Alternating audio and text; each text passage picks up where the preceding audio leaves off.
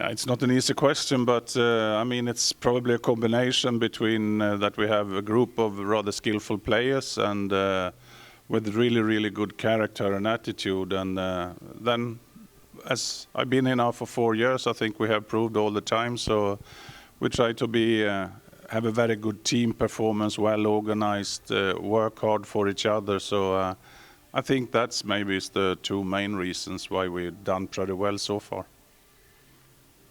Are you confident for the rest of the qualifier? No, you can never be too confident when it comes to football, and I mean we are, I think, in a really tough group.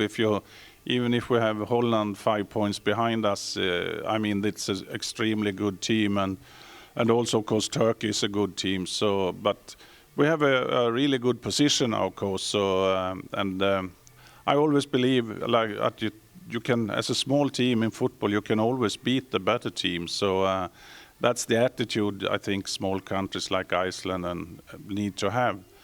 And I mean, if you compare it with other team sports, it's only in football a third division team can beat the first division. If you look upon basket, handball, whatever, so it's very difficult. But in football, it's always possible to win.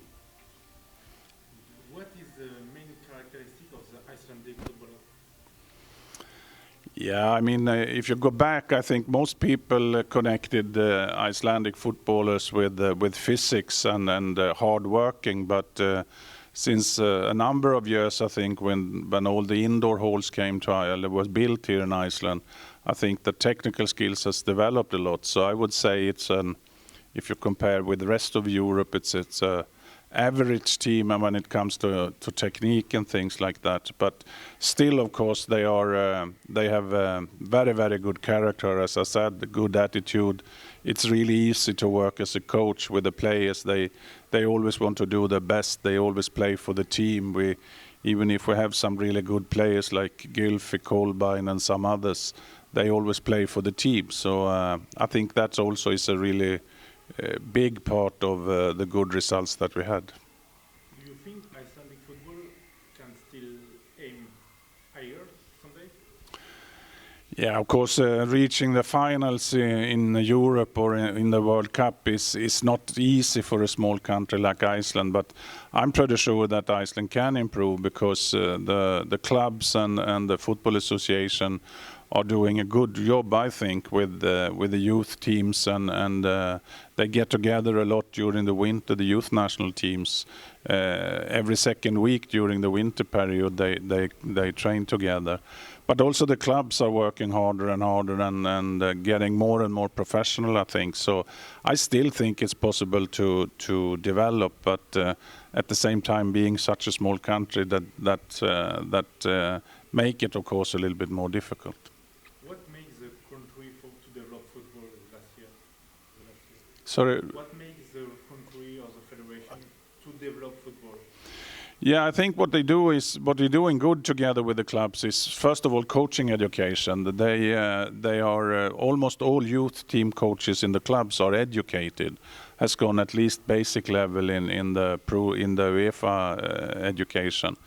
That's one reason, I think, but then also that everybody are prepared here in Iceland, I think, to work hard if you set up a goal and everybody wants to do their best. So I think the character of the people in Iceland has a part of it too. Do you know something about Luxembourg football? Yeah, I haven't followed close the last years, but we played Luxembourg when I was coaching Sweden, and we had really tough games. I remember that, especially we qualified for, must have been, I don't remember if it was Euro 2000, I think, when we won 1-0, and we were lucky that time, I can really say that. And but as I haven't played Luxembourg for a long time, I can't say I follow them close now. Have you an advice to give to Luxembourg to progress? Yeah, it's always difficult when you don't know the country well, but I suppose it's about the same like it is in Iceland, and I mean Sweden, even if that's much bigger, is a rather small country too if you compare with the big countries. But I think that you need to work really hard with the young players. If you have some talent, Yeah, definitely, and maybe not the football part so much. I mean, I found the players very, very professional. So on the pitch, I don't think it was not a big difference anyway. They really worked hard, and I had no problems to get them to do what I wanted them to do. But of course, the country is totally different, and the culture, the way you are, they are very religious, for instance. So they pray a lot, and you have to have a different leadership also, because the way they wanted to socialize together inside the group, and when we have team meetings, for instance, you had to be very careful to criticize them in front of the whole group. So in the leadership it was some differences, but on the pitch I think it was rather small differences. Now, regarding to be two coaches or two head coaches, as I said, when I started with the national team in Sweden, I was first the assistant coach, and then Tommy Söderberg, the head coach, wanted us to. We had known each other for a long time and worked together with the under 21, so he wanted us to share it, because that he's a really special person in a positive way. I mean, so we did that for 4 years, I think, and then when he stopped, I continue. I wanted to do the same with my assistant coach, Roland Andersson, but he thought it was better that you had one head coach. And the reason why we did it here now is because I think that it's always better if the national team coach is coming from the country, so he knows everything.